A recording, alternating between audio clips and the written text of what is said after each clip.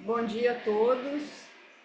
Meu nome é Márcia Pinto, sou economista, trabalho na Fundação Oswaldo Cruz. Gostaria de agradecer a presença das pessoas que estão aqui, dar um bom dia. Todos são muito bem-vindos, né? O Gruda, ele é uma iniciativa da Marisa e minha, da Marisa Santos, aqui do Instituto Nacional de Cardiologia, do NATS. A gente já tem aí mais de 10 anos realizando o grupo de discussão em ETS. Mais de 20 encontros que nós já fizemos, e o nosso foco foi sempre fazer uma discussão de métodos em ATS e avaliação econômica. Quem tiver interesse, né, no site do NACS do INC tem várias reuniões lá com os slides, com as gravações também dessas reuniões, e ao longo desses 10 anos a gente vem discutindo temas muito interessantes no campo da ATS e da avaliação econômica. Hoje, né, nós vamos falar de um tema que, na minha opinião, é muito pouco explorado no Brasil, contrariamente ao que acontece em outros países, né, como nos Estados Unidos, no Reino Unido, na aplicação dessa técnica da economia da saúde em avaliações econômicas, em análise de custo-efetividade e de custo-utilidade, que é o EVPI, né, que a gente chama, que é o valor esperado da informação perfeita, que é uma metodologia que, na nossa opinião, né, ela é capaz de agregar mais uma camada, né, as avaliações econômicas e contribuir para a tomada de decisão com relação à incorporação de novas tecnologias, seja no SUS, seja na saúde suplementar.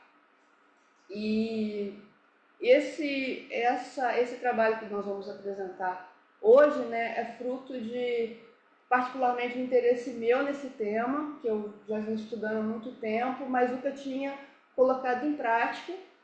E através do mestrado em ATS, aqui do Instituto Nacional de Cardiologia, nós propusemos a Larissa, que foi nossa aluna, né, de fazer esse tema e desenvolver na dissertação de mestrado dela.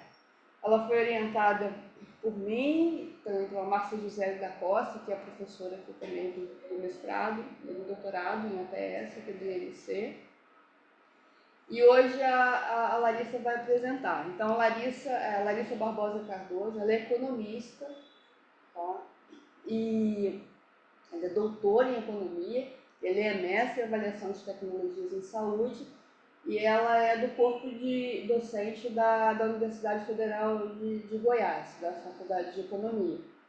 Então, hoje ela vai trazer um estudo de caso, né, que a gente aplicou esse método, né, que foi a vacina pediátrica contra a Covid-19. Eu não sei se todos têm essa memória, né, do intenso debate que foi naquela época, na época da pandemia, sobre se deveria ou se não deveria incorporar, né? Então, esse foi um dos ganchos que nós escolhemos, né, que foi definidor na escolha dessa avaliação dessa tecnologia, porque naquela época a gente não tinha tanta evidência assim acerca da vacina pediátrica, como de várias outras tecnologias que foram aparecendo naquele momento difícil, né, que passamos. Então, nós escolhemos fazer a análise dessa tecnologia para justamente identificar se naquela época foi tomada, com base nesse método, né, do EVPI, do valor esperado da informação perfeita, se foi tomada a decisão mais apropriada na incorporação. Então, a Marisa Santos, do NACS, acabou de chegar aqui. Então, a gente escolheu essa tecnologia, né, por conta, como eu falei, né, do intenso debate que havia naquela época, da questão das evidências. E hoje a Larissa vai apresentar para a gente esse resultado da dissertação dela e vocês vão saber, assim, por esta técnica, né, se tomamos ou se não tomamos a decisão mais apropriada. Tá? Então, Larissa, pode começar, por favor. Antes de mais nada, obrigada, Márcia. Gostaria de dar um bom dia a todos e todas que estão aqui nos acompanhando na apresentação de hoje do Gruda. Mais uma vez, eu gostaria também de agradecer a oportunidade de estar de volta ao INC, ainda que virtualmente, para a gente discutir esse tema da minha dissertação. Então, hoje eu vou apresentar aqui para vocês os resultados que foram obtidos com esse estudo, né? A Márcia já fez uma brilhante contextualização do, de tudo que a gente levou em conta no momento de definir o estudo de caso que a gente ia aplicar essa metodologia de valor da informação. Então, o título do estudo que eu vou apresentar aqui para vocês é a informação suficiente para a tomada de decisão? Então, a aplicação da análise do valor esperado da informação perfeita em um estudo de caso. Então, a minha apresentação... Aqui, não está passando aqui. Agora foi. A minha apresentação, então, eu vou fazer aqui, trazer um pouco do contexto, agora mais voltado para a questão do valor da informação, algumas definições para a gente entender o que é essa medida de valor de informação e quais são essas medidas. Daí trazer, então, um pouco a justificativa para a aplicação dessas medidas no contexto do Brasil, no contexto da avaliação específica da vacina, e aí eu apresento o objetivo do estudo, trago, então, o método que foi desenvolvido para a gente chegar nos resultados acerca do valor da informação em vacinas, e no caso específico da vacina para a Covid em crianças aqui no Brasil. Trago, então, uma discussão sobre os resultados que a gente encontrou e as conclusões. Então, para começar, acho que até quase chover no molhado essa primeira frase.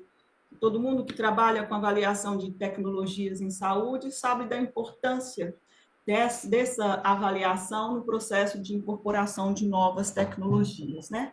Então, em todo esse processo, a gente tem um conjunto de informações que são importantes para a tomada de decisão, né?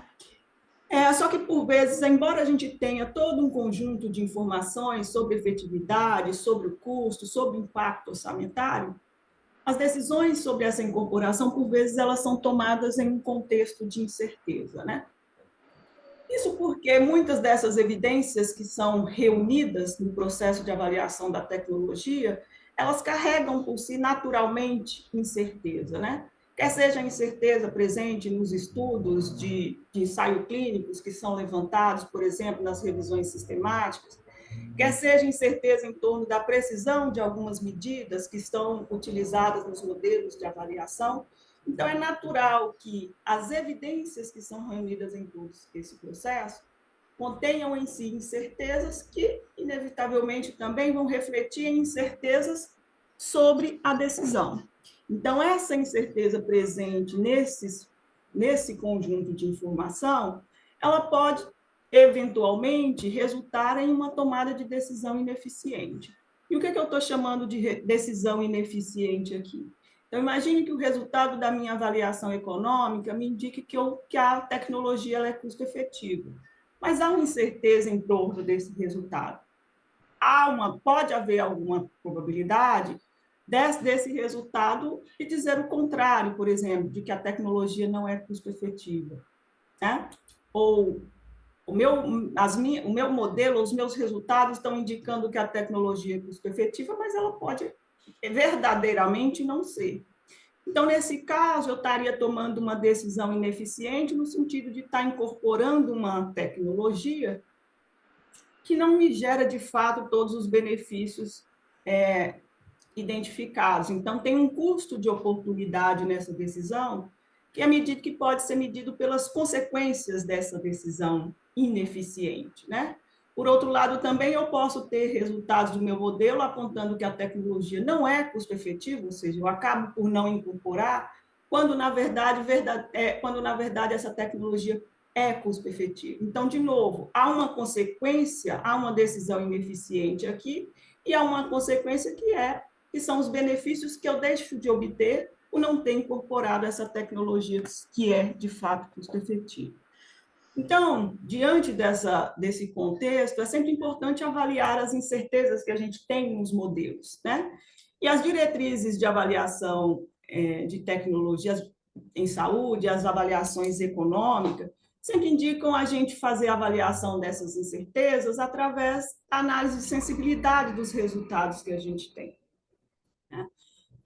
Ocorre que quando a gente faz as análises de sensibilidade, quer ser determinística ou probabilística, essas análises, especialmente a análise de sensibilidade probabilística, que a partir de agora eu vou denominar como PSA, ela está medindo a probabilidade desse resultado estar errado, né? Então, se, por exemplo, eu tenho a minha tecnologia ser custo-efetiva, a minha razão de custo-efetividade indica que a minha tecnologia é custo-efetiva, na minha PSA, eu estou medindo ali a probabilidade dela ser custo-efetiva diante das várias simulações que eu tenho.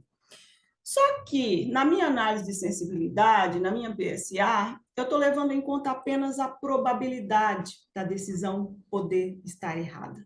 Eu não estou levando em consideração as consequências dessa decisão. Ou seja, as consequências são aquilo que eu chamei aqui de custo de oportunidade dessa decisão errada. Se eu incorporo uma tecnologia que não é custo-efetiva, eu estou desperdiçando recursos, né? Em uma tecnologia que não deveria estar incorporada. Por outro lado, se eu não incorporo uma tecnologia que é custo-efetiva, eu estou deixando de obter os benefícios. Então, essas são as consequências que, pela análise de sensibilidade probabilística, eu não estou conseguindo mensurá-las. Então, a abordagem do valor da informação considera esses dois elementos e parte da ideia de que eu vou analisar um conjunto de informações e, a partir desse conjunto de informações, eu vou ter uma medida que vai me permitir dizer se mais informação deveria ser obtida nesse processo de tomada de decisão para diminuir a incerteza em torno desse processo, dessa tomada de decisão. Então, uma forma da gente diminuir a incerteza é obtendo mais informação. A medida do valor da informação, então, ela vai me dar uma medida que vai me dizer: devo obter mais informação para reduzir essa incerteza? E nesse contexto, então, a possibilidade da gente trabalhar com o valor da informação permite que a gente, para além da análise de considerar se incorpora ou não incorpora uma tecnologia, eu adicione um terceiro elemento, que é não incorporo solicitando mais informação. E aí, o solicitando mais informação vai ser baseado em um parâmetro que vai me dizer, olha, mais informação é importante para os processos de tomada de decisão acerca dessa avaliação. E aí, quando a gente fala de medidas de valor da informação, a gente tem um conjunto de medidas, e aqui, nesse trabalho, foi utilizado duas dentre elas, que são o valor esperado da informação perfeita e o valor esperado da informação perfeita parcial. Então, o EVPI e o EVPPI. O que essas duas medidas nos permitem dizer? Elas são uma medida monetária, ou seja, que vai transformar toda essa incerteza em torno da decisão em um valor monetário, que vai me permitir dizer se eu invisto em mais informação ou não para reduzir a incerteza em torno da tomada de decisão. A diferença é que o EVPI está me dando esse valor da informação considerando todos os parâmetros que estão sendo utilizados no modelo de avaliação econômica. Enquanto o EVPPI, eu estou olhando para um parâmetro específico ou para um conjunto de parâmetros. Então, o EVPI vai me dizer, olha, mais informação é importante para esse processo de tomada em decisão. Ou não, mais informação não é importante. E se mais informação é mais importante em que aspecto? Em qual parâmetro? O EVPPI me permite identificar isso. Se é no parâmetro de custo, se é no parâmetro de efetividade, se é no parâmetro nas probabilidades de transição do meu modelo, ou num parâmetro específico, por exemplo, custo de internação hospitalar. Então, essa é a diferença entre essas duas medidas. E o que a gente vem observando com o passar do tempo, é que essas medidas elas vêm sendo aplicadas nas avaliações econômicas em saúde, em um processo lento, mas que nos últimos anos vem crescendo consideravelmente na literatura sobre avaliação de tecnologias em saúde. Isso um pouco por conta da melhoria de alguns processos que permitem as estimativas dessas medidas, né, tanto metodológicos quanto computacionais, mas ainda assim o Stelten ele aponta que, apesar disso, essa aplicação tem sido lenta, um pouco por conta pelo fato de que alguns especialistas que trabalham com essa parte de avaliação econômica têm pouco conhecimento sobre essas medidas de valor da informação.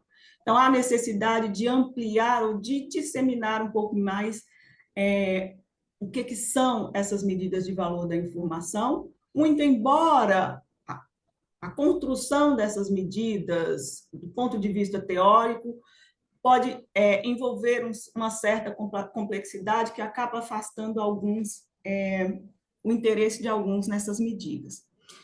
No Brasil, especificamente, a gente observa que há poucos estudos que aplicam as medidas de valor da informação.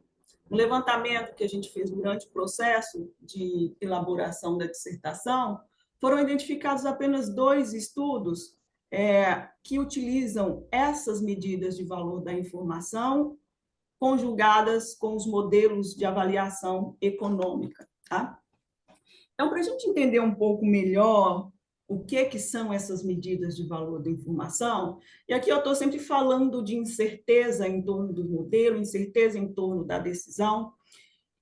Quando a gente fala de incerteza na avaliação de tecnologias em saúde, o Briggs ele classifica essas incertezas em alguns tipos. Incerteza estocástica, incerteza de parâmetro, heterogeneidade e incerteza estrutural. Né? Cada um desses tipos de incertezas podem estar, ou um ou mais tipos de incerteza pode estar presente na avaliação econômica de uma tecnologia. Né? O que acontece quando a gente traz o valor da informação? O valor da informação está traduzindo a incerteza que eu tenho na decisão, incerteza provocada por qualquer um desses 4 tipos que eu estou trazendo aqui, em um valor monetário. Então, como é que eu faço isso? Eu levo em consideração aqueles 2 elementos que eu comentei com vocês, tanto a probabilidade da decisão estar errada ou incerta, ou ineficiente, junto com a consequência dessa decisão. Então, aqui, o processo de obtenção dessas medidas de valor da informação partem da seguinte lógica. Eu vou comparar qual que seria a decisão que eu tomaria com base nas informações existentes, que são incertas, com aquela decisão que seria tomada se eu tivesse informação perfeita sobre os parâmetros. Então, o valor da informação perfeita é a diferença da decisão ou dos resultados que eu obtenho com certeza com aquela que eu tenho num contexto de incerteza, tá? Para a gente entender um pouco melhor como é que a gente obtém, ou a lógica dessa medida, eu trouxe aqui um exemplo intuitivo que está lá em alguns slides da ISPO Task Force, que discutem algumas diretrizes sobre o uso dessas medidas de valor da informação, que é o seguinte, para entender intuitivamente as medidas de valor da informação. Então, imagine que a gente tem aqui 2 sacos, saco preto e saco verde. Em um desses sacos eu tenho R$ 100, no outro eu tenho nada.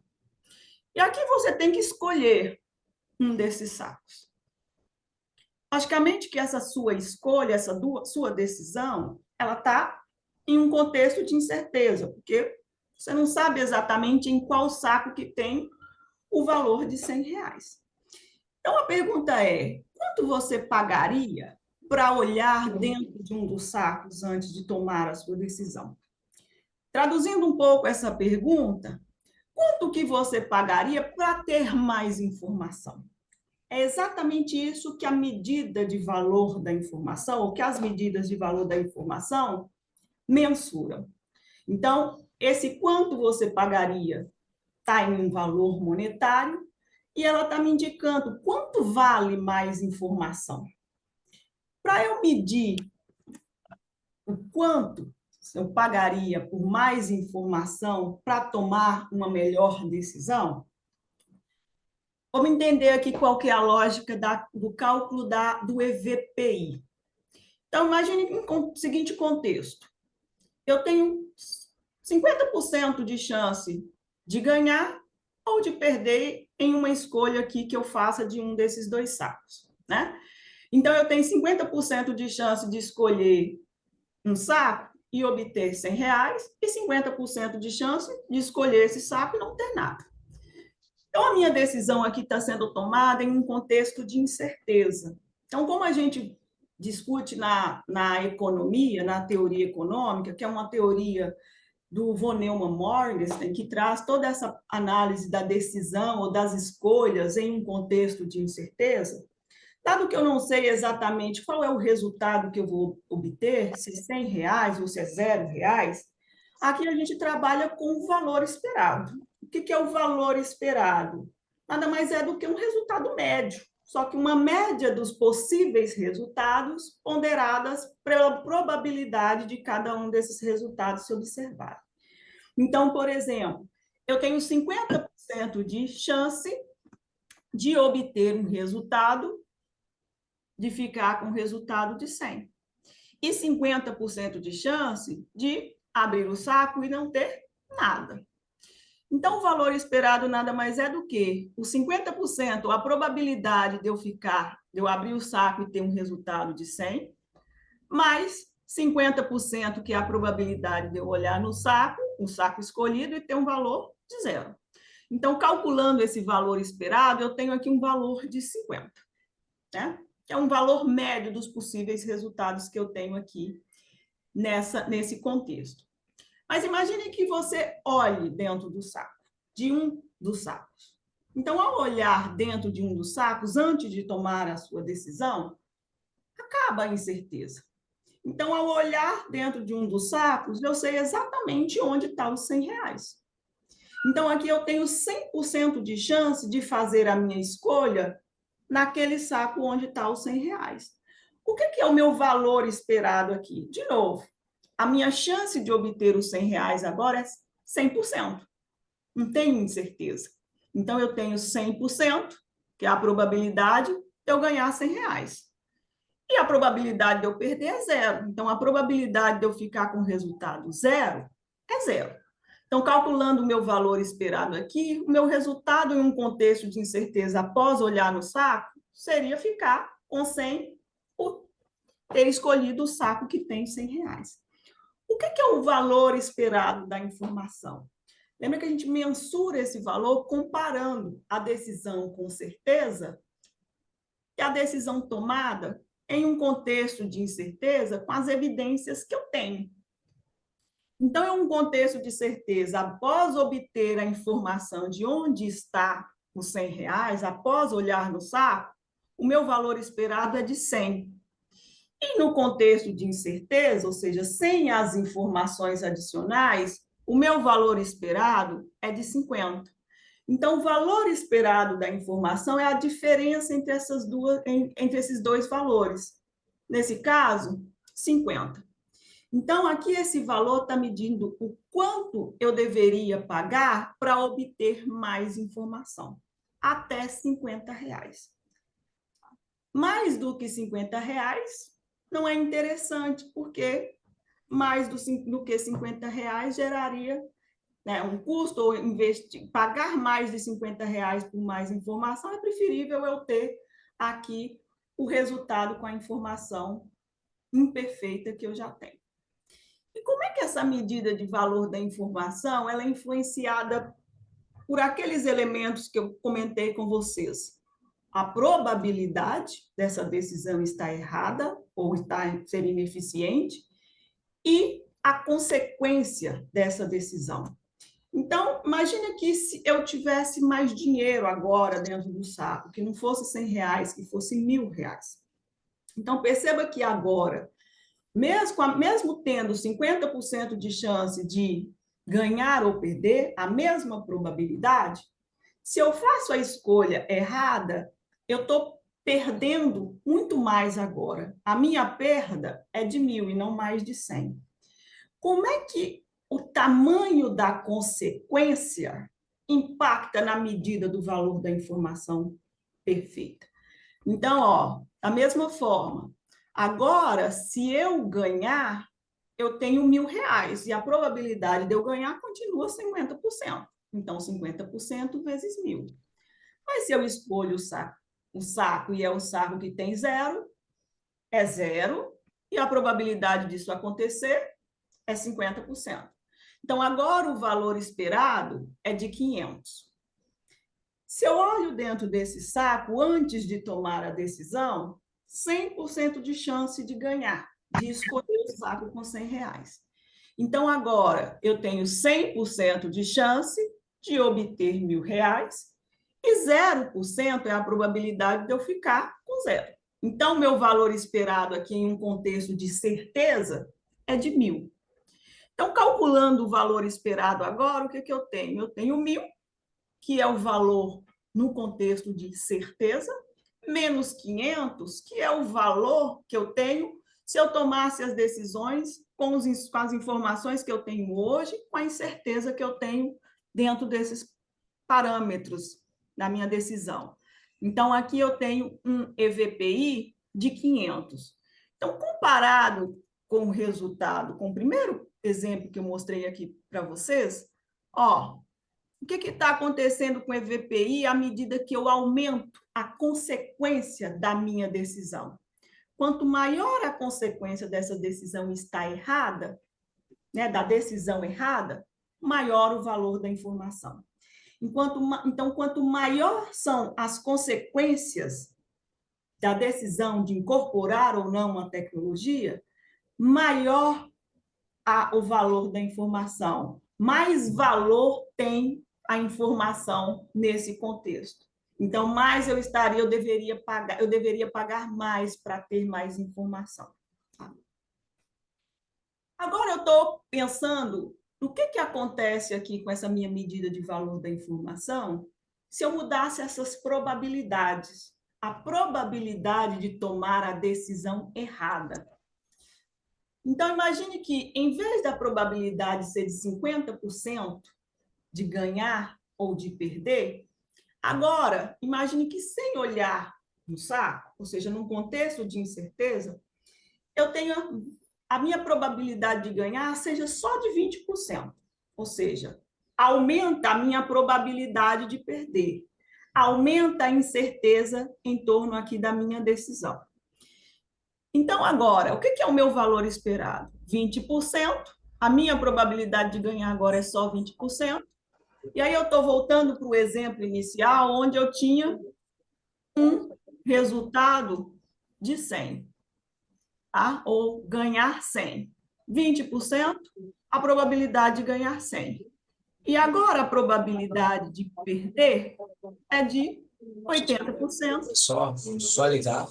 Tem como mandar o link? Deixa eu colocar aqui para a Marisa isso aqui. Vocês estão no grupo reunião, né? Aham. Deixa eu só ver, porque eu estou ouvindo vocês. Resolvido, Larissa. Continua aí, desculpa. Tá bem. Então, agora a probabilidade de ganhar reduziu para 20%. Então, eu tenho 20% a probabilidade de ficar com um resultado de 100 e 80% é a probabilidade de eu ficar com nada. Então, agora, meu valor esperado, num contexto de incerteza, é só de 20. Se eu olho dentro do saco, de novo, é 100% de chance de eu ganhar R$100. Não tenho dúvida. Num contexto de certeza, eu já sei qual que é o saco que está com R$100. Então, meu valor esperado, 100% de eu ter o resultado de R$100 e zero, na verdade, aqui zero vezes o resultado de eu ficar com zero. Então, aqui o meu valor esperado é 100. Fazendo a diferença entre o valor com certeza, em um contexto de certeza, que é 100, depois que eu olho no saco, e o valor esperado no contexto de incerteza, que é 20, minha medida de valor da informação perfeita agora é 80. Então, eu vou voltar aqui para o primeiro exemplo.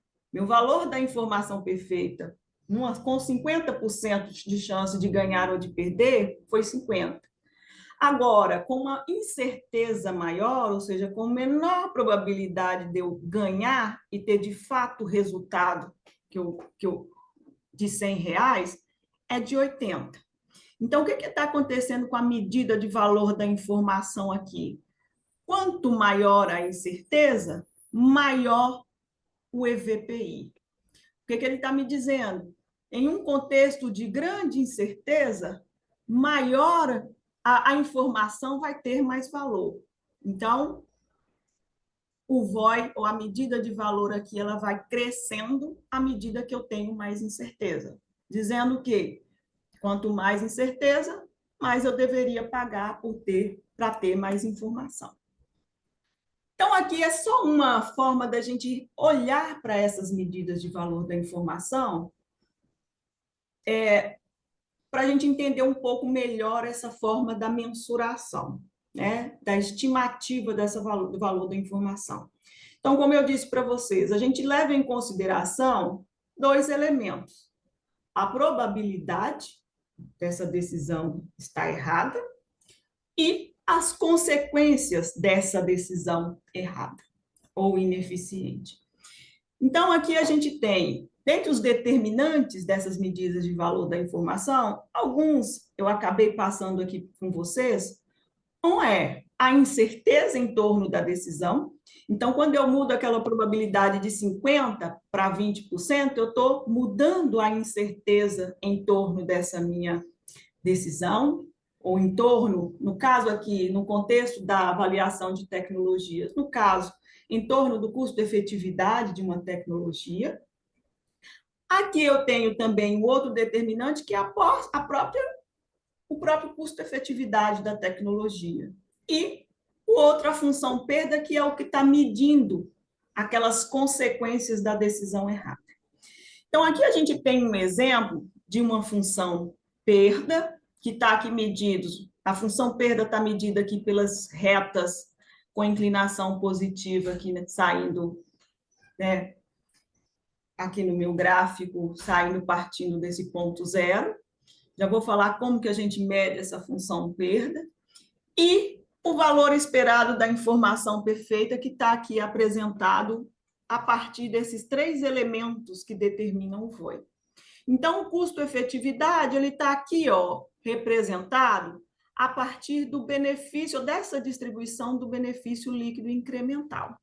E o que essa distribuição está me dizendo para esse exemplo em específico?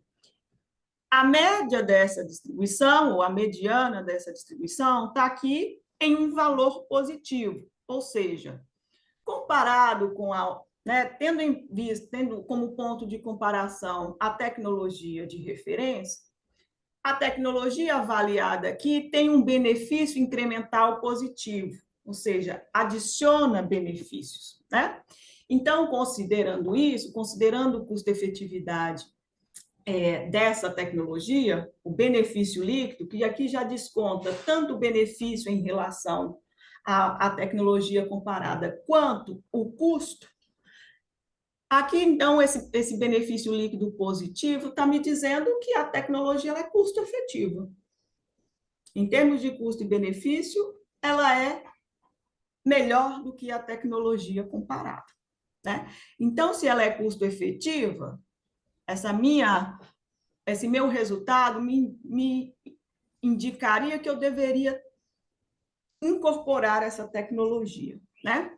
Só que se a gente olhar, tem uma parte dessa distribuição, aqui à esquerda, que está em torno de resultados negativos, o que está me indicando que pode ser que essa tecnologia não seja custo efetivo, ou que gere benefícios e custos que não sejam tão interessantes ou melhores do que a da tecnologia comparada. Então, quando eu olho essa área aqui que está nessa região com resultados negativos, essa área abaixo da curva ela está me dando a probabilidade desse resultado ser, por exemplo, -1. Então, ou seja, qual é a probabilidade da tecnologia não ser custo-efetiva?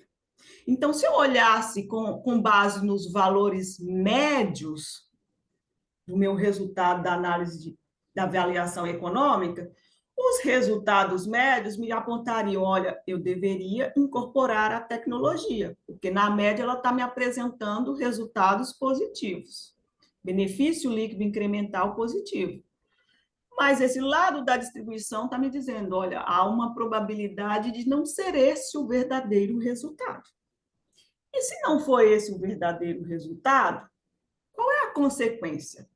Então, digamos que eu tenha aqui que o verdadeiro resultado fosse -1.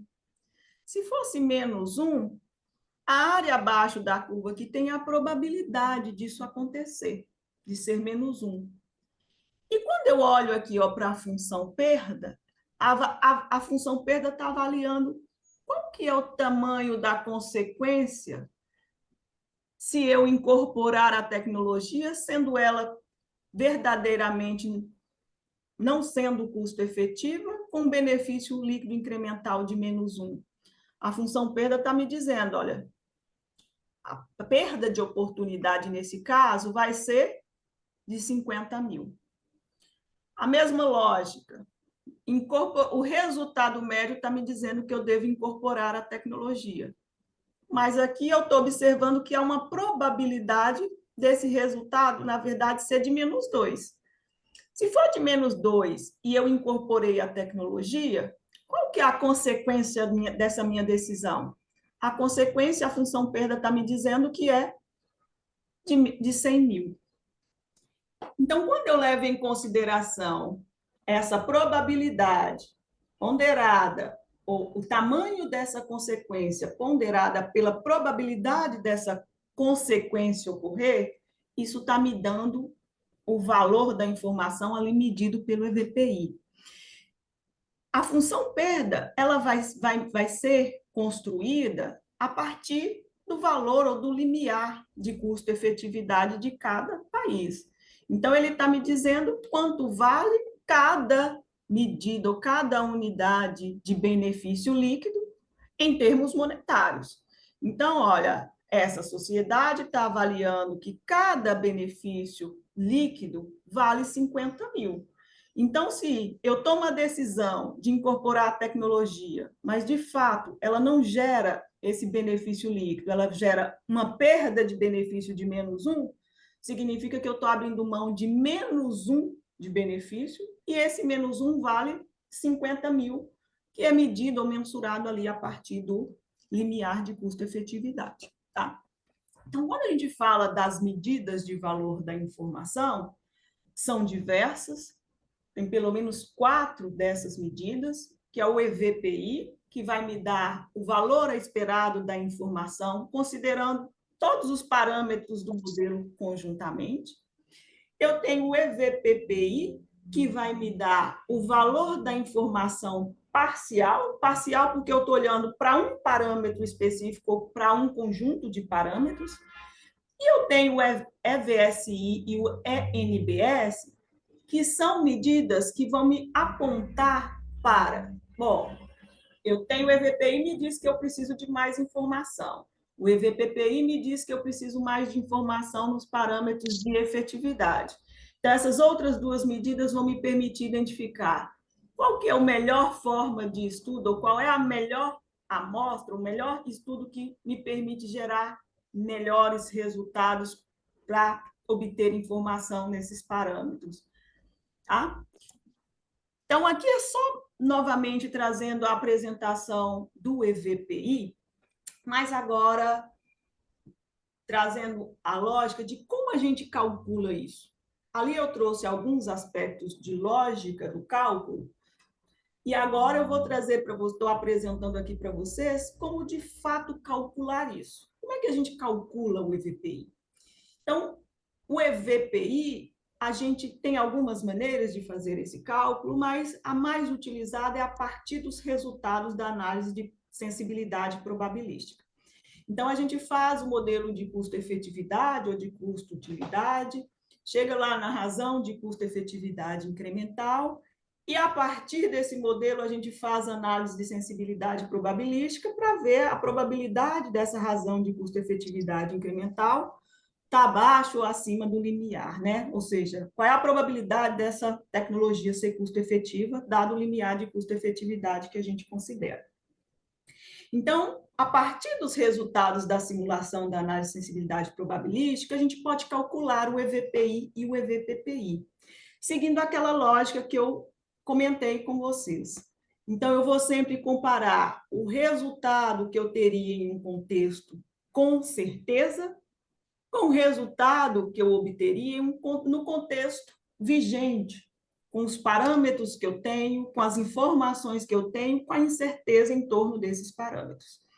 Então, aqui o primeiro termo, o que ele está me dizendo? Olha, se eu tivesse certeza, eu conseguiria identificar qual é a tecnologia que gera o máximo benefício líquido. Então, com base nos resultados da análise de sensibilidade probabilística, em cada resultado dessa simulação, eu consigo identificar qual é a tecnologia que me gera o maior benefício. Então, depois, o que eu faço? Eu só pego a média desse máximo benefício, que está me dando, então, aqui o valor com certeza.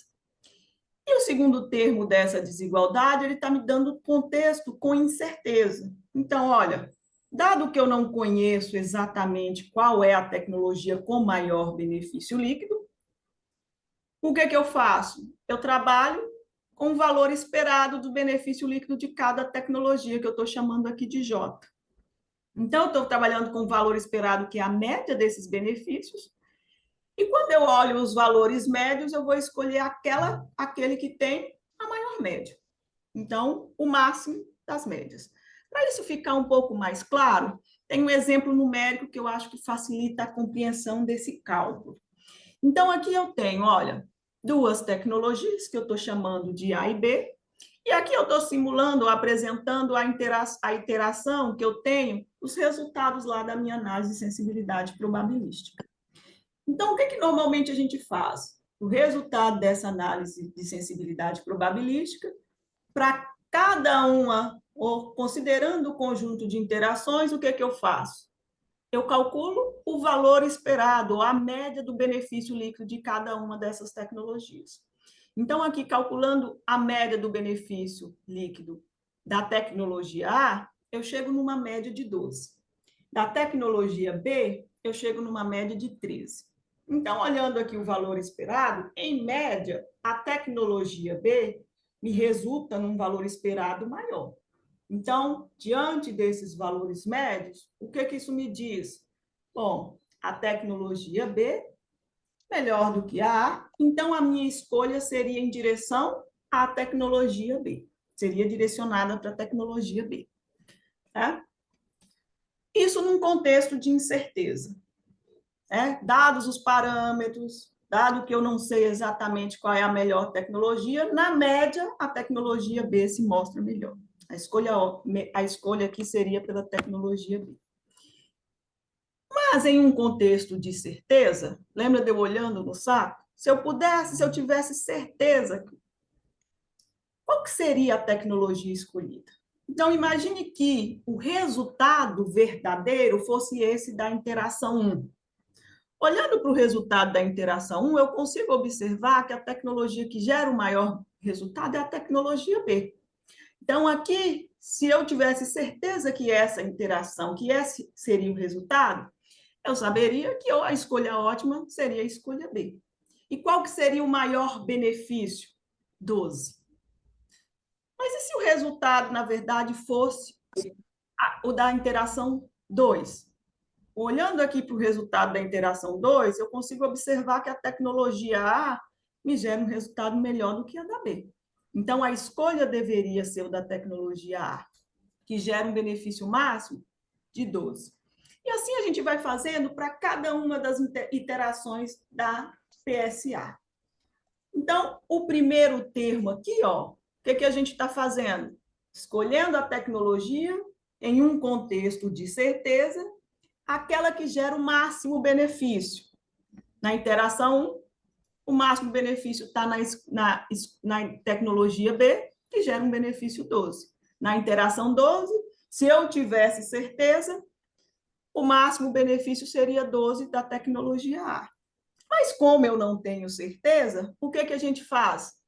Eu calculo o valor esperado desses máximos benefícios. Então, eu calculo uma média que é aqui 13,8. Tá? Então, como é que eu calculo agora o EVPI? Então, esse benefício, essa média do benefício líquido máximo aqui, nada mais é do que o resultado que eu tenho com certeza. Se eu tivesse certeza num contexto de certeza, podendo identificar o benefício máximo de cada uma das tecnologias em cada uma das interações. E este daqui, o 13, é o resultado em um contexto de incerteza.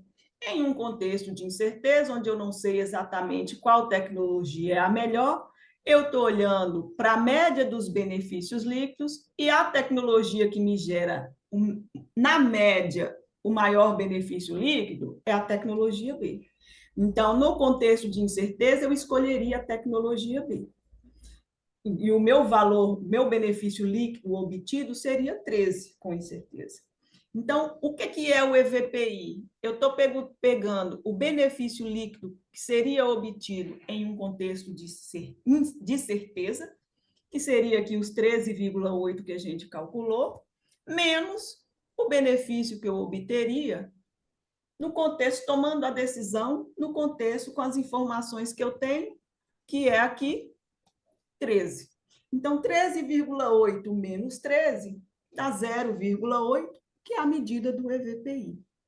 A gente ainda pode enxergar o EVPI levando em conta aquela perda de oportunidade. Ó, o que o meu modelo está me dizendo? Eu devo escolher a tecnologia B, que em média, com a incerteza que eu tenho, que em média vai dar um resultado de 13. Bom, se eu tivesse certeza, eu observo que a tecnologia B aqui, ó, na interação 1, de fato é a melhor. Então, se o resultado que se observa é da interação 1, a tecnologia B de fato é melhor, eu, na minha escolha, na minha decisão, escolhi a B, então não estou tendo perda nenhuma de oportunidade. Mas se o resultado que se observa, o verdadeiro resultado é da interação 2, ó, a tecnologia A é melhor. E a minha decisão me apontou, ou os meus resultados me apontou para escolher B, que tem um benefício de 10. Então, se eu escolho B, eu estou incorrendo numa perda de 2. E eu posso fazer isso para todas as interações e fazer a média dessa perda de oportunidade, que vai dar aqui 0,8. A média nada mais é do que a consequência, que é a perda de oportunidade, ponderada aqui pelas probabilidades, onde eu estou ponderando essas probabilidades aqui na média de igual maneira, né? Trabalhando com as mesmas probabilidades. Quando a gente fala e calcula o valor da informação a partir dos resultados da análise de sensibilidade probabilística, o modelo de custo-efetividade ele está me gerando os resultados, ou a análise de sensibilidade probabilística ela está me gerando resultados que são para um paciente, para um indivíduo. Então, ele está me indicando se eu devo investir em mais informação para gerar um melhor resultado, ou mais benefício, ou benefício líquido, para um indivíduo. Só que a partir do momento que a gente, por exemplo, busca por mais informação, um parâmetro de efetividade, realizando um novo ensaio clínico, ou sobre os custos, essa nova informação, ela se torna algo que é público, que pode ser utilizado por todos os pacientes que podem ser beneficiados por essa tecnologia. Então, a gente precisa calcular o valor da informação não para o paciente A, B, separadamente, mas para todos os indivíduos que podem ser beneficiados por por essa informação adicional. Então, a gente calcula o que a gente chama do EVPI populacional, onde eu estou levando em consideração aqui a taxa de incidência da doença, ou seja, os pacientes que podem ser beneficiados com essa informação hoje, mas amanhã, nos períodos seguintes, e trazendo a valores presentes. Então, eu estou multiplicando esse meu valor do EVPI individual pelo total da população beneficiada trazida a valores presentes, tá? Já que algumas dessas pessoas podem ser beneficiadas no futuro. O valor da informação parcialmente perfeita, que é o EVPPI, segue a mesma lógica. Então, se a gente olhar aqui, eu tenho todo esse termo aqui que está me dando o cálculo em um contexto de certeza, menos o resultado que eu teria com as informações existentes que envolvem incerteza. Qual que é a diferença? A diferença é que o EVPPI, ele vai considerar para cada valor do meu parâmetro de interesse, digamos que o FI aqui, seja um parâmetro de custo. E eu tenho todos os demais parâmetros do meu modelo. O que eu faço aqui nesse meu primeiro termo? Então, para cada valor do meu parâmetro de custo que ele pode assumir, eu vou permitir que todos os outros parâmetros variem. Depois eu vou variar novamente esse meu parâmetro de custo dentro da distribuição dele e permitir que todos os outros parâmetros variem.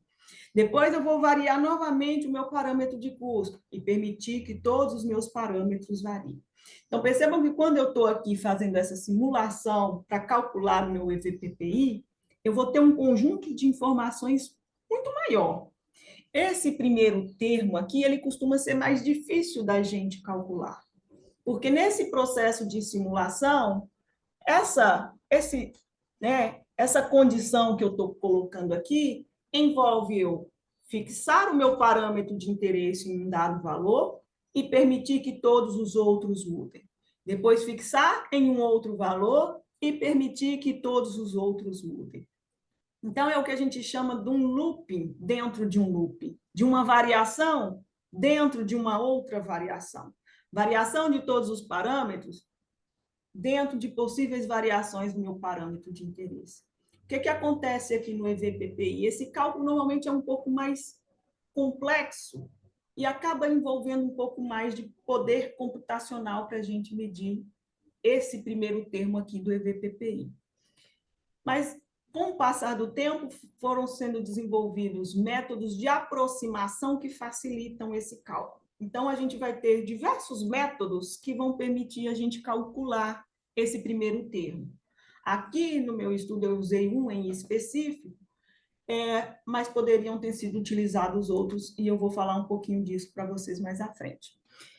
Então, dado esse contexto, dado esse apanhado sobre o que são as medidas de valor da informação, o EVPI e o EVPPI, que são as medidas que foram calculadas aqui, e como calcular esses parâmetros, o que justifica a gente utilizar essas medidas?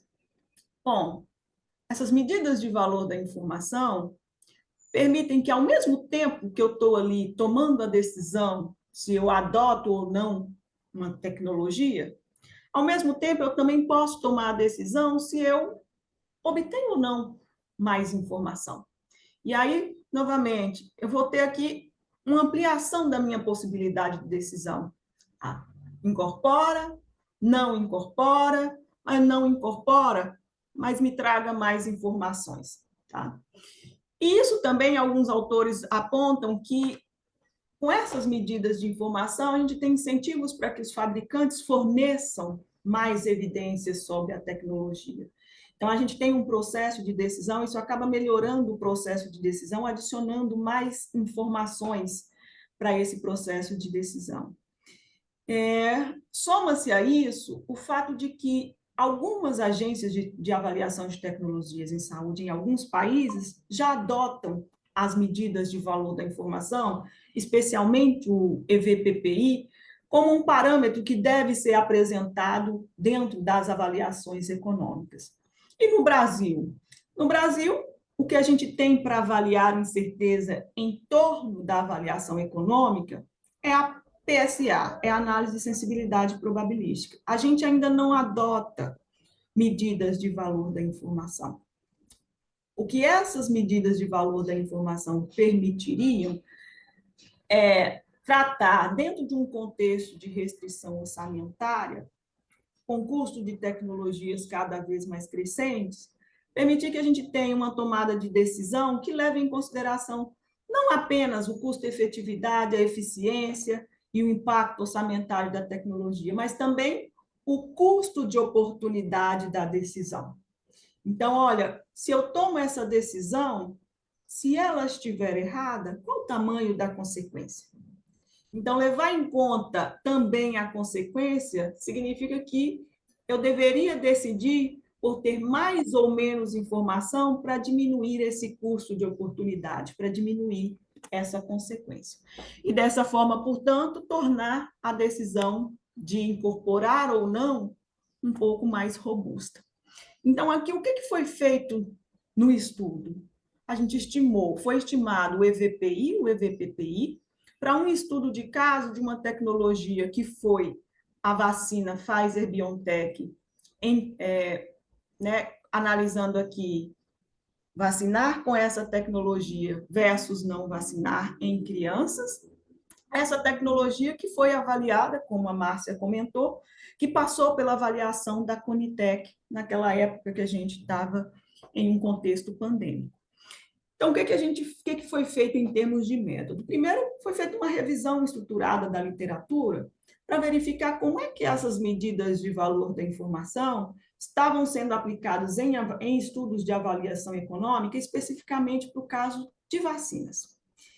Então, foi feita uma busca em algumas bases de dados, com as estratégias de buscas utilizadas, e dentre os estudos selecionados, foram selecionados aqueles estudos que apresentam as medidas de EVPI e EVPPI especificamente para vacinas.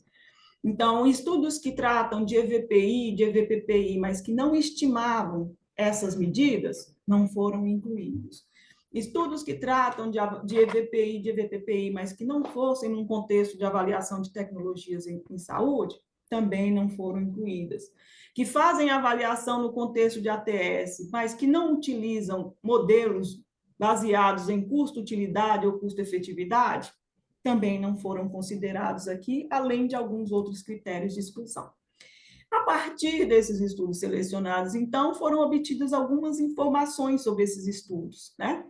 Então, o ano, o país que o estudo foi conduzido, qual foi o contexto da aplicação na área da saúde, ou mais especificamente, para que tipo de vacina essas medidas de valor da informação foram estimadas, qual foi o modelo de decisão utilizado no processo de avaliação econômica, foi um modelo de Markov, foi um modelo de microsimulação, foi uma árvore de decisão, e também identificar alguns parâmetros que são importantes para obter essas medidas de valor da informação. Então, eu disse para vocês, olha, como é que esses estudos estimaram ali a população beneficiada? Eles calcularam o EVPI e o EVPI populacional, o EVPPI populacional? Como é que foi definido? Qual é o horizonte de tempo considerado?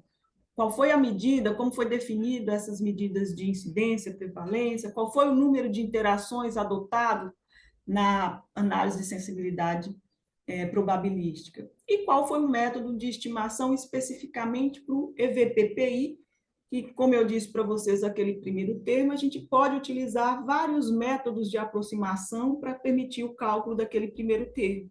Então, quais foram os métodos utilizados nesses estudos que estimaram o EVPPI? E aqui, para o caso da estimativa que a gente fez, que foi baseado no estudo de caso da vacina da Covid para crianças, o estudo, essas medidas, ela foi baseada no modelo que foi avaliado pela Conitec, mas foi feita uma alteraçãozinha nesse modelo, porque o modelo original, submetido à Conitec, foi um modelo que foi construído, um modelo de microsimulação com ciclos diários.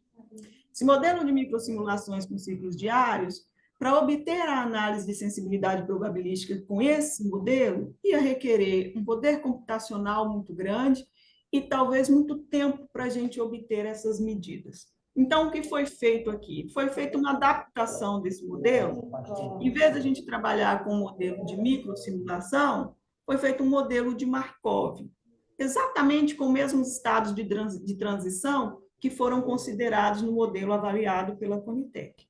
Nesse modelo de Markov, todos os inputs ou todos os parâmetros que a gente utilizou para esse modelo foram exatamente os mesmos utilizados e apresentados no relatório apreciado pela Conitec.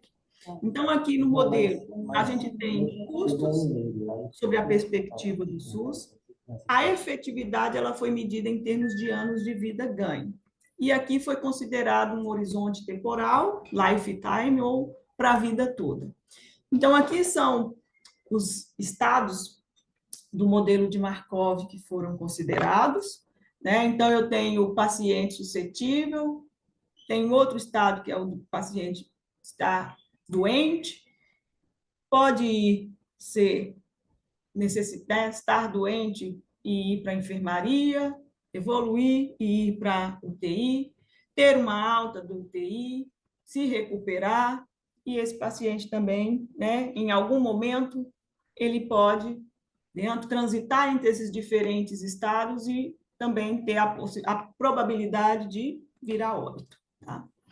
Aqui são os parâmetros que foram utilizados para cada um, em termos de probabilidade de transição entre esses estados, da eficácia da vacina, da eficácia da internação, os custos de internação, as taxas de desconto que a gente considerou aqui ao longo para esse modelo. E aqui, para análise de sensibilidade, foi feita a análise de sensibilidade determinística, ou seja, variando apenas um parâmetro, e para análise de sensibilidade probabilística, aqui foram consideradas algumas distribuições para esses parâmetros de probabilidade, custo e efetividade, para que a gente, então, obtivesse o resultado da análise de sensibilidade probabilística. Importante destacar que aqui, para as medidas de valor da informação, a identificação correta dessas distribuições para cada um dos parâmetros é importantíssimo, porque isso acaba afetando o resultado das análises de sensibilidade probabilística e, por consequência, o resultado das medidas de valor da informação. Então, essa etapa aqui ela é importantíssima, essa parte de definição correta dessas distribuições.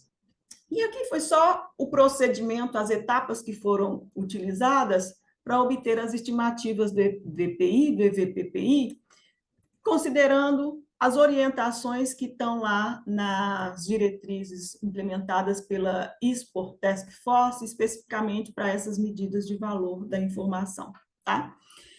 Então, tanto para o EVPI quanto para o EVPPI. O EVPPI, especificamente, aqui para cálculo daquele primeiro termo do EVPPI, foi utilizado o método de regressão de processo gaussiano, tá? Existem alguns outros métodos, esse método em específico foi escolhido também um pouco... Existem estudos que mostram muitas aproximações entre os diferentes métodos, ou seja, não existe uma diferença tão significativa entre os diferentes métodos. Para algumas tecnologias, para algumas avaliações que foram feitas, mas no caso específico do método de processo gaussiano, a gente conseguiu obter essa aproximação, ou realizar esses cálculos com a menor demanda computacional. Então, acabou que esse foi um dos critérios, né, para a escolha, para além das evidências que a gente tem na literatura de não haver diferença tão expressiva entre os métodos. Então, aqui a gente tem o resultado. Primeiro, para aquela parte da revisão da literatura que foi feita, dentro dos estudos identificados, 10 estudos foram selecionados, e aqui a gente tem diferentes aplicações das medidas, aplicação das medidas de valor da informação para diferentes tipos de vacina, desde herpes zoster, HIV, malária, influenza, HPV. Então, estudos que aplicam as medidas de valor da informação em algumas vacinas que já existem, né, que já estão bem estabelecidas, mas também para vacinas que ainda não existem, como, por exemplo, né, há vacinas ainda em fase de teste, como, por exemplo, HIV e malária. Tá? E o que a gente observa nesses resultados? Em termos de países, aqui a gente tem os resultados, a maior parte dos resultados para países desenvolvidos, Noruega, Estados Unidos, Canadá, mas também a aplicação dessas medidas de valor da informação em alguns estudos de avaliação econômica para países em desenvolvimento, por exemplo, Tailândia, aqui há países da África subsaariana. E em termos de EVPI, o que a gente observou nesses estudos? A maior parte dos estudos calculam a medida de valor da informação mais global, que é o EVPI.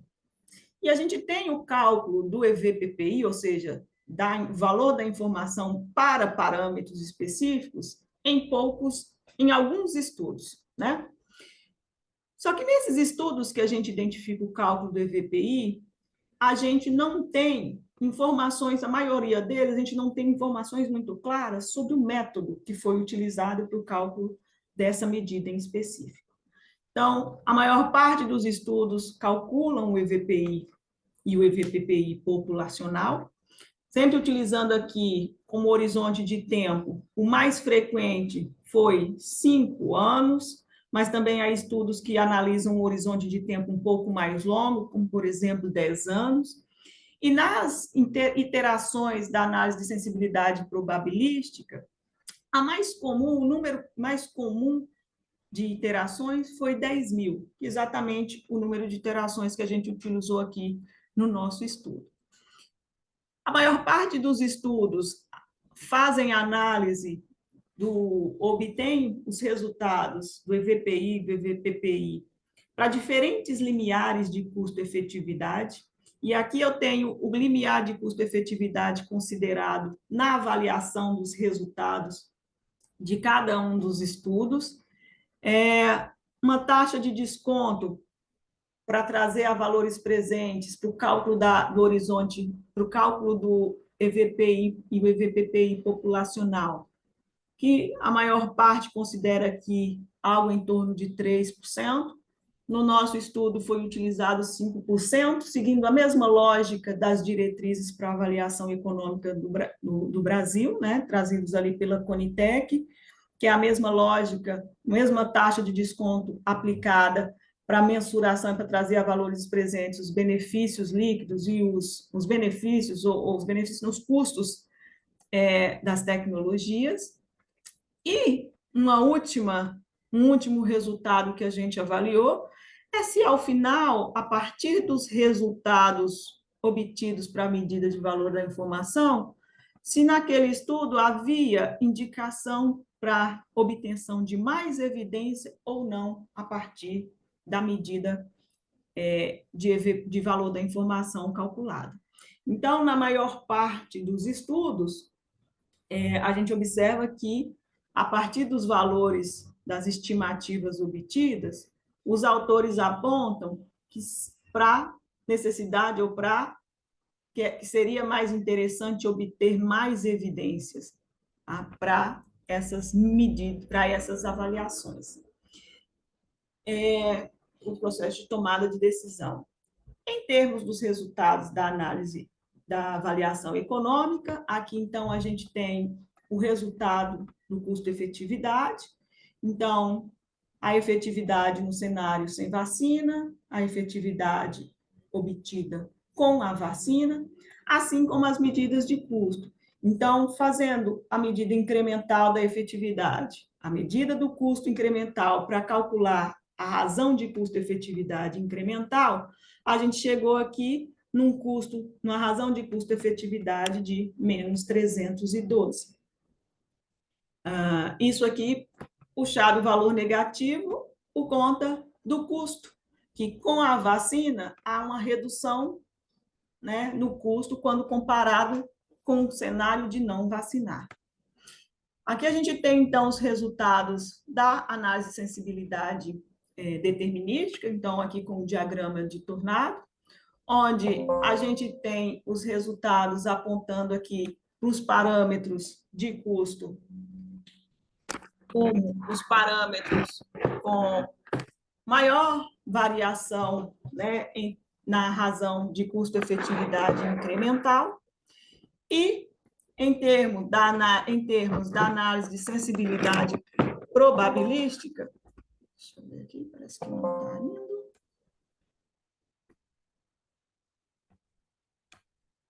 Espera aí, que eu não matei.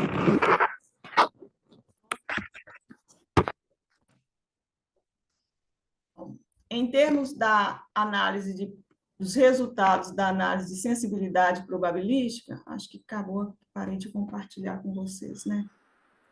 Parou de compartilhar, Larissa.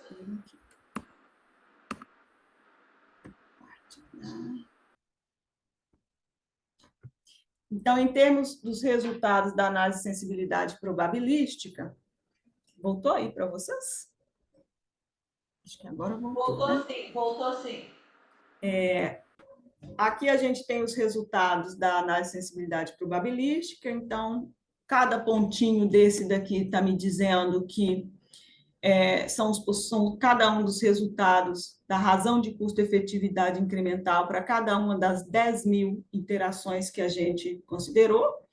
Aqui a gente está considerando o limiar de custo-efetividade de 5.000, que é o limiar alternativo, dado que a gente está considerando aqui uma tecnologia voltadas para crianças, então a gente considerou aqui o limiar de custo-efetividade em 3 vezes, né? Então, o limiar por anos de vida ganho, e os resultados aqui estão mostrando que todos os pontos, a probabilidade dessa decisão estar incorreta é 0, dado que todos os pontos estão todos abaixo aqui do limiar de custo-efetividade.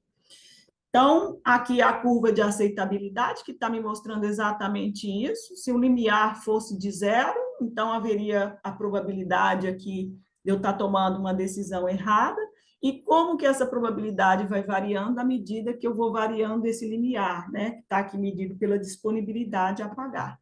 Então, um limiar de 105, que é o que a gente está considerando como limiar alternativo, a probabilidade de ser custo efetivo é de 100%, ou seja, incerteza em torno dessas decisão gira em torno de 0. E aí, então, olhando em termos dos resultados das medidas de valor da informação, o que esses resultados aqui estão apontando para a gente? Então, esses resultados eles foram calculados considerando diferentes horizontes temporais. Então, os t igual a 0 está me dizendo, vou considerar só a população beneficiada no instante atual, mas também estou considerando aqui no horizonte de 5 anos, 10 anos e 15 anos. Então, perceba que, independente do horizonte temporal que eu estou considerando, os resultados não mudam. O formato da curva não muda. O que vai mudar, obviamente, é a magnitude desta medida, olhando aqui para os valores máximos que estão aparecendo aqui no eixo desse gráfico. Porque uma vez que eu estou considerando um horizonte temporal maior, eu estou beneficiando mais pessoas, então o meu EVPI vai aumentar, o valor dessa informação acaba sendo mais útil para mais pessoas, tá? Então, olhando aqui para o resultado do EVPI, a gente tem um EVPI para o limiar que a gente está considerando de 105, muito próximo de zero, independente de qual seja o horizonte temporal que a gente avalie. O que isso quer dizer? O valor, ou quanto eu estaria disposto para olhar no saco ou para investir em mais informação, é muito próximo de zero. A incerteza em torno da minha decisão, ou tomar a decisão com base nos parâmetros que eu tenho hoje, se mostra, ou que tinha à época, se mostrou uma decisão acertada. Porque se eu postergasse a decisão para buscar mais informação sobre a efetividade, sobre o custo, sobre a probabilidade de transitar entre aqueles diferentes estados, o que eu estaria fazendo? Eu estaria incorrendo em uma consequência por estar postergando essa decisão. E essa consequência teria um custo, né? Medido em termos do meu limiar aqui, e está apontando, portanto, que a decisão deveria ser tomada com base nas decisões que existiam à época mesmo. Então, um EVPI muito próximo de zero significa quanto eu deveria pagar para obter mais informação? Zero. Algo muito próximo de zero. As evidências que tinha à época eram suficientes para tomar a decisão. Tá? Haveria a necessidade de investir, ou o meu EVPI ele seria maior se eu estivesse considerando limiares menores. Então, eu vou observando aqui que, à medida que eu vou aumentando a minha disposição a pagar, a necessidade por mais informações vai se aproximando de zero. Então, como a gente poderia ter um EVPI aqui, por exemplo, nesse horizonte temporal igual a zero, em torno aqui de 5 milhões, né? 5 milhões? 5 milhões. Mas isso para um limiar muito pequeno. Como o limiar que a gente está considerando é um limiar de 105 mil, a esse limiar, a decisão tomada à época se mostrou uma decisão acertada e não havia necessidade de mais informação. E ainda que a gente, para a questão dos parâmetros, ainda que aqui o resultado do EVPI esteja indicando que não havia necessidade de mais informação, quando a gente calcula o EVPPI, né, havendo necessidade de informação, qual que seria o parâmetro no qual a gente deveria investir mais ou buscar mais informação? Então, os valores dos eixos aqui mostram para a gente que, olha, os parâmetros de probabilidade são neles que estavam a maior incerteza aqui dentro do modelo. Então, se tivesse que investir em mais informação para entender um pouco mais sobre parâmetros que afetam essa decisão e o resultado da minha avaliação econômica, aqui seria, no caso, dos parâmetros que estão associados à probabilidade. Mas, de novo, medindo aqui pelo limiar de 105, aqui a gente tem que o valor do EVPPI se aproxima de zero, ou seja, não havia necessidade para este limiar, não havia necessidade de buscar mais informações e era suficiente tomar decisão com as informações que tinham à época, ainda que houvesse incerteza em torno delas. Então, aqui os resultados apontam, primeiro, da revisão da literatura, um avanço do uso, né, das medidas de valor da informação. A partir dos estudos ali, dos anos dos estudos, foi se observando um crescimento do uso dessas medidas, especificamente para o caso da vacina, mas também, se a gente olhar dentro do contexto da avaliação de tecnologias em saúde, esse padrão também se observa. Ao mesmo tempo, a gente observa uma diversidade metodológica, né, nos estudos analisados, ou seja, não há um consenso ali em torno de quais são o número de iterações da análise de sensibilidade probabilística, a taxa de desconto, o modelo que se utiliza para calcular essas medidas de EVPPI, por exemplo, mas devo destacar que boa parte desses estudos foram desenvolvidos antes das diretrizes apresentadas ali pela ISPO Task Force, que tenta padronizar um pouco as medidas, a forma de apresentação dessas medidas, de estimação dessas medidas, de uso e apresentação desses resultados também. Em relação ao valor da informação, o que a gente observou que nos estudos que calculam o EVPI e o EVPPI, o EVPI para aquelas vacinas que estavam em fase de desenvolvimento eram mais elevados. Então, ali está refletindo um pouco a incerteza em torno da efetividade, do custo dessas vacinas.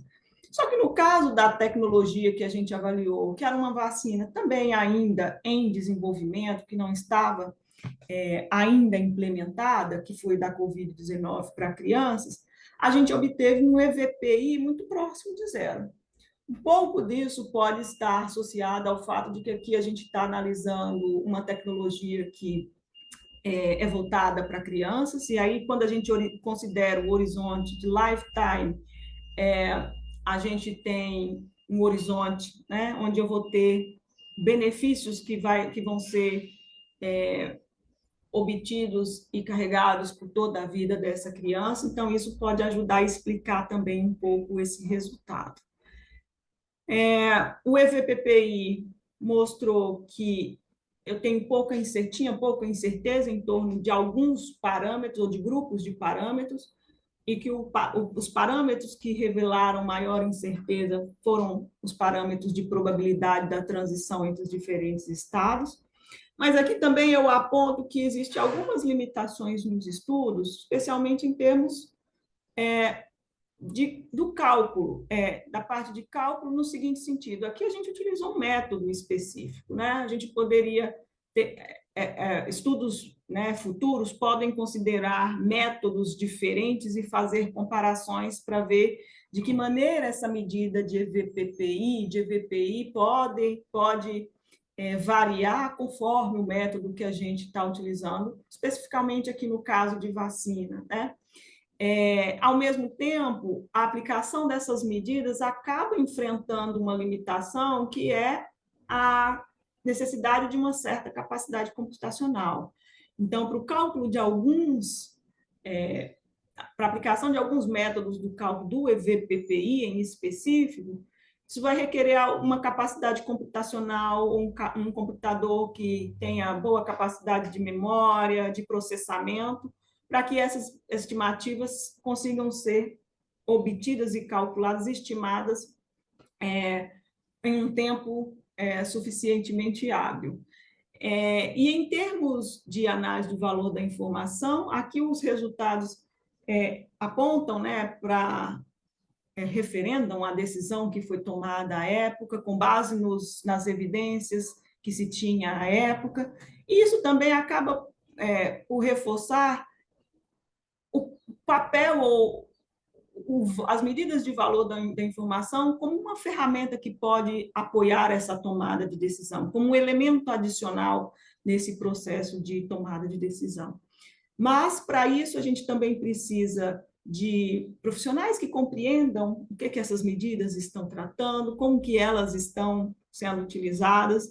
Então, os profissionais que trabalham com avaliação de tecnologias de saúde, e a capacitação desses profissionais e a criação de ferramentas acessíveis para o cálculo dessas medidas também são pontos importantes para serem discutidos e pensados.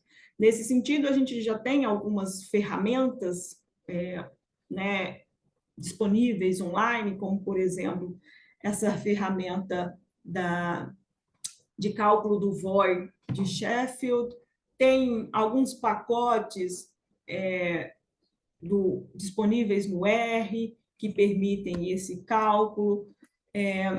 E aí, então, para concluir, diante do objetivo proposto no estudo, que era aplicar as medidas de valor da informação para o estudo de caso das vacinas, então, os resultados aqui apontaram que as evidências que existiam à época da decisão, né, da Conitec, com base nas informações que existiam à época, que ainda eram incertas, apesar de serem incertas, os resultados aqui apontam que as informações eram suficientes para a tomada de decisão, e tomar a decisão à época se mostrou como uma decisão acertada, não havendo, então, portanto, necessidade de buscar mais informações para essa tomada de decisão. O valor da incerteza, quanto maior a maior incerteza, então, ali a gente observou que estava associada aos parâmetros de probabilidade de transição, enquanto os parâmetros de custo foram os parâmetros que a gente teve menores valores de EV/PPI. Então, se tivesse que investir em mais estudos acerca da COVID em crianças, deveria ser em estudos para analisar essas, né, para obter estimativas sobre essas probabilidades de transição. E também aqui os resultados que a gente obteve mostrou que, à medida que a gente aumenta, né, tanto o EVPI quanto o EVPPI, quanto maior o limiar, né, ocorre quanto maior o limiar, menor a chance da gente tomar uma decisão incorreta. Então, portanto, também menor o EVPPI e o EVPI. Então, esta redução por limiar também sugere que investimentos em pesquisa, novos investimentos em pesquisa para reduzir essa incerteza também não faziam sentido à época. Então, acho que aí eu encerro, então, agradecendo novamente a atenção de todos e fico disponível para perguntas, para discussão acerca desse tema aqui do valor da informação. Obrigada, Larissa. Excelente, parabéns. Se alguém quiser fazer alguma pergunta, tem que ser via chat, tá? É só escrever lá que a gente passa aqui para a Larissa. Enquanto isso, só queria pontuar assim, da importância, né, dessa técnica, na minha opinião, né, ainda muito pouco explorada no Brasil, como eu disse inicialmente, e que seria mais uma camada, né, nos critérios de incorporação, porque a partir do momento que você não tem informação adequada para ser aplicada na avaliação econômica, né, através da PSA, não cabe um pedido, né, de incorporação. Se você não tem a informação robusta e apropriada daquela tecnologia, né, isso já economiza, né, várias etapas, né, do órgão decisor na análise dessa tecnologia para incorporação, seja no SUS, seja na saúde suplementar.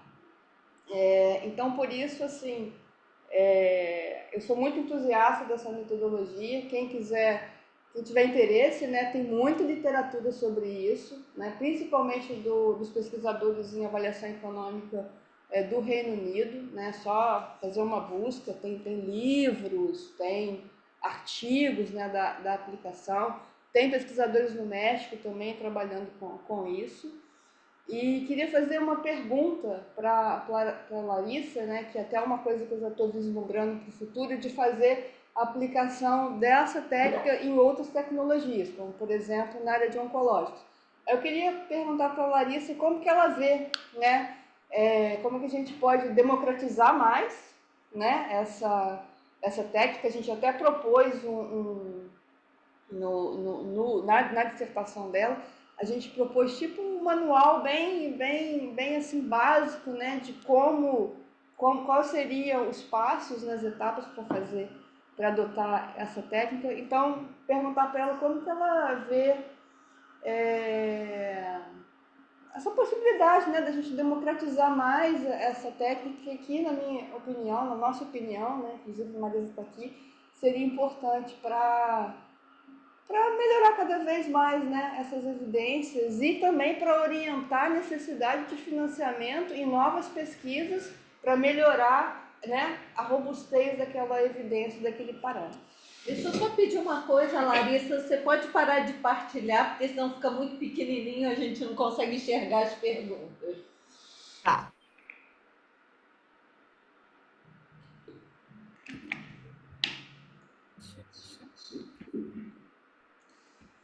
Aí depois a gente passa para as perguntas aqui, a Larissa responde rapidamente, depois a gente tem pergunta da Aline Nascimento e do Denis Incomoda, lá do Ministério, e a Aline do INCRA.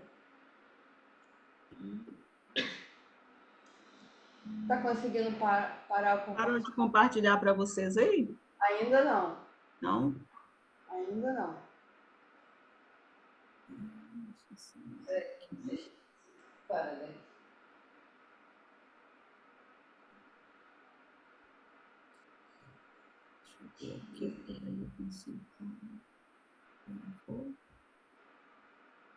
Ela ficou.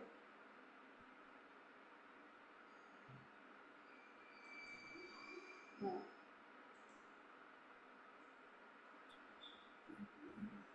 Vou tirar a sua permissão aqui. Pronto. Foi? Foi. Tá, então, respondendo aqui a pergunta da Márcia, o VOI, por si só, ele tem uma barreira que é a dificuldade de compreensão em termos da apresentação dessa medida, né? Então, eu acho que talvez isso que a gente está aqui fazendo aqui hoje já é um passo importante para, primeiro, tornar conhecida essa medida de valor da informação. Que acho que poucos pesquisadores dentro dessa área de avaliação de tecnologias em saúde, que fazem modelos de avaliação econômica, ainda conhecem, né? Então, acho que isso que a gente está fazendo aqui hoje é um passo importante para divulgar, disseminar essas medidas. Ao mesmo tempo, eu acho que é cada vez mais importante a gente também incluir essas medidas de valor da informação dentro das medidas das avaliações econômicas. É um processo, ainda que as medidas de um EVPI, cujo cálculo é mais fácil, né? E mais simples, que a gente consegue fazer de forma mais tranquila, um processo de a gente ir incorporando isso nas avaliações econômicas que a gente vem fazendo. Então, a Márcia comentou, né, da avaliação em medicamentos, em tecnologias oncológicas. Dentro de toda a pesquisa que eu fiz, olhando essas medidas de valor da informação, inicialmente, a ideia era a gente pensar nessa revisão, considerando todos os estudos que avaliam isso, mas depois a gente acabou focando para vacinas. Mas o que a gente observa? Ao longo do tempo, na literatura internacional, a incorporação dessas medidas ela já vem crescendo. Ocorre que no Brasil isso ainda não acontece, então talvez esse momento da gente divulgar, disseminar esse conhecimento com uma linguagem um pouco mais simplificada, tornem essas medidas conhecidas, e esse processo de incorporação dessas medidas nas avaliações econômicas vão acontecendo com o tempo. Eu acho que isso é um passo. A outra possibilidade que eu enxergo é essas medidas de valor da informação serem também apresentadas na formação de novos profissionais que estão fazendo avaliações econômicas. Então, não só a divulgação dentre aqueles que já são formados com a capacitação deles, mas também apresentar essas informações para alunos de mestrado, de doutorado, alunos que estão na graduação em economia ou na área da saúde, que são interessados dentro dessa área de avaliação de tecnologias em saúde. Acho que é um ponto importante também. Então, eu enxergo que a gente ainda tem alguns desafios para popularização dessas medidas, mas é um desafio que se mostra factível diante do que a gente observa no cenário internacional de adoção dessas medidas, né? As próprias agências de avaliação de tecnologias em saúde, mundo afora, em diversos países, já solicitam, já requerem que essas medidas já sejam incorporadas, apresentadas juntos com os relatórios que são avaliados pelas agências. E aqui a gente ainda não tem isso. Então, talvez também um processo de educar também os demandantes